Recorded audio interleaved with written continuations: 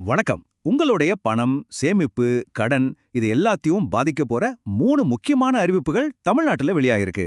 அது என்ன? அதனால நமக்கு என்ன நன்மைன்னு விரிவா பார்க்கலாம் வாங்க. அப்போ இந்த 3 முக்கியமான அப்டேட்ஸும் உங்க பர்ஸையும் சரி, உங்க ஃபியூச்சரையும் சரி எப்படியெல்லாம் மாத்தப் போகுது? வாங்க ஒன்னொன்னா டீட்டெயிலா பார்க்கலாம். சரி, நம்மளோட முதல் முக்கிய செய்தி. நம்மள மாதிரி மிடில் கிளாஸ் குடும்பங்களுக்கு ஒரு அவசரம்னா முதல்ல கை கொடுக்கறது நம்ம வீட்ல இருக்கிற தங்கம் தான், இல்லையா? இப்போ அந்த தங்க நகை கடன்ல ஒரு பெரிய மாற்றம் வரப்போகுது. சரி, இந்த மாற்றம் எப்படி நடக்குதுன்னு புரியணும்னா, நாம முதல்ல என்பிஎஃப்சினா என்னன்னு தெரிஞ்சுக்கணும். சிம்பிளா சொல்லணும்னா, இவங்க பேங்க் மாதிரி தான், ஆனா பேங்க் இல்ல. அதாவது பேங்க் லைசென்ஸ் இல்லாம கடன் கொடுக்கிற நிதி நிறுவனங்கள். நம்ம ஊர்ல நகை கடன் வாங்குறோம்னா அதுல பெரும்பங்கு இவங்க கிட்ட தான். இப்போதான் முக்கியமான விஷயமே வருது. எப்படி வட்டி குறைய போகுதுன்னு கேக்குறீங்களா? ரொம்ப சிம்பிள். கவர்மெண்ட் இந்த என்பிஎஃப்சிகளுக்கு ஒரு ஸ்பெஷல் ஸ்டேட்டஸ், அதாவது பிரியாரிட்டி செக்டார் லெண்டிங் ஸ்டேட்டஸ் கொடுக்கலான்னு ஒரு பேச்சு இருக்கு. அப்படி கொடுத்துட்டா அவங்களுக்கு பேங்க்ல இருந்து ரொம்ப கம்மி வட்டிக்கு பணம் கிடைக்கும். அந்த லாபத்தை அவங்க என்ன பண்ணுவாங்க? நேரா நமக்கு, அதாவது கஸ்டமர்ஸ்க்கு பாஸ் பண்ணுவாங்க. இதனால என்ன ஆகும்? நம்மளோட நகைக்கடன் வட்டி குறையும். இது மட்டும் இல்ல, பேங்க்குக்கும் என்பிஎஃப்சிக்கும் நடுவுல ஒரு போட்டி உருவாகி எல்லாருமே வட்டியை குறைப்பாங்க. ஆக மொத்தம் நமக்கு தான் கொண்டாட்டம். ஓகே, சென்ட்ரல் கவர்மெண்ட் பாலிசியால நமக்கு என்ன நன்மைன்னு பார்த்தோம். இப்போ நம்ம ஸ்டேட் கவர்மெண்ட், அதாவது தமிழ்நாடு அரசு தொழில் தொடங்க நினைக்கிறவங்களுக்கு என்ன மாதிரி உதவிகள் செய்துன்னு பார்க்கலாம் வாங்க. சொந்தமா ஒரு பிசினஸ் ஆரம்பிக்கணும்னு கனவோட இருக்கீங்களா? அப்போ உங்களுக்கு ஒரு செம்ம ஹாப்பி நியூஸ். தமிழ்நாடு அரசு TABCDO மூலமா தனி நபர்களுக்கு தொழில் தொடங்க எவ்வளவு தெரியுமா? முழுசா 25 லட்சம் ரூபாய் வரைக்கும் கடன் கொடுக்கறாங்க. இது உண்மையிலேயே ஒரு பெரிய தொகைங்க. உங்க கனவை நனவாக்க இது ஒரு சூப்பரான வாய்ப்பு. ஓகே, யாருக்கெல்லாம் இந்த லோன் கிடைக்கும்னு பார்க்கலாம். சில முக்கியமான கண்டிஷன்ஸ் இருக்கு. முதல்ல, நீங்க பிசி, எம்பிசி இல்லனா டிஎன்சி சமூகத்தை சேர்ந்தவரா இருக்கணும். ரெண்டாவது, உங்க குடும்பத்தோட 1 வருஷ வருமானம் 3 லட்சம் ரூபாய்க்கு கம்மியா இருக்கணும்.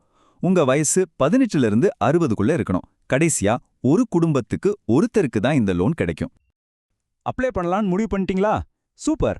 அப்போ இந்த டாக்குமெண்ட்ஸ் எல்லாம் கரெக்டா எடுத்து வச்சுக்கோங்க.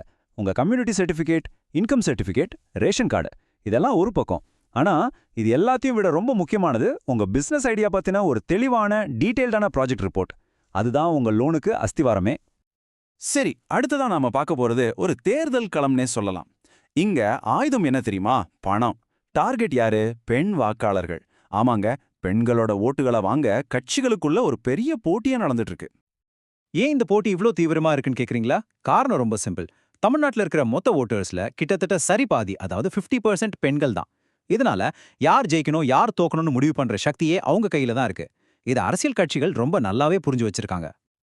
இப்ப ஸ்கிரீன்ல பாருங்க, போட்டி எந்த அளவுக்கு இருக்குன்னு உங்களுக்கே புரியும். ஒரு பக்கம் அதிமுக, அவங்க ஆட்சிக்கு வந்தா குலவிளக்கு திட்டத்துல மாசம் 2000 ரூபாய் தரோன்னு சொல்றாங்க. இன்னொரு பக்கம் இப்போ ஆட்சியில இருக்கிற திமுக, அவங்க கொடுத்துட்டு இருக்கிற 1000 ரூபாய 2500 ரூபாயா உயர்த்துறதுக்கு யோசிச்சுட்டு இருக்கிறதா ஒரு பேச்சு அடிப்படுது. முதலமைச்சர் மு.க. ஸ்டாலின் சொன்ன இந்த ஒரு வரியே போதும், வரப்போகும் தேர்தல்ல நாங்க பெண்களை முழுமையா நம்பியிருக்கிறோன்னு சொல்லியிருக்கிறாரு. இதுல இருந்தே தெரியுது இல்லையா, அவங்களோட எலெக்ஷன் பிளான்ல பெண் வாக்காளர்கள் எவ்வளோ முக்கியமான இடத்துல இருக்காங்கன்னு. ஓகே, இவ்ளோ நேரம் நாம 3 வெவ்வேறான விஷயங்களை பத்தி பார்த்தோம். இதிலிருந்து நாம தெரிஞ்சுக்க வேண்டிய முக்கியமான விஷயங்கள் என்ன? அதாவது நேரடியா உங்க பாக்கெட்டை பாதிக்க போற அந்த 3 டேக்அவேஸ் என்னன்னு இப்ப பார்க்கலாம். சிம்பிளா சொல்லணும்னா, உங்களுக்கு 3 நல்ல விஷயங்கள் நடக்க வாய்ப்பு இருக்கு.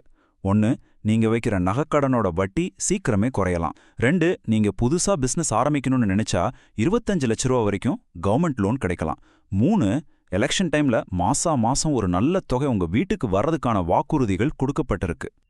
இப்போ கடைசியா ஒரே ஒரு கேள்வி, அது உங்ககிட்ட தான்.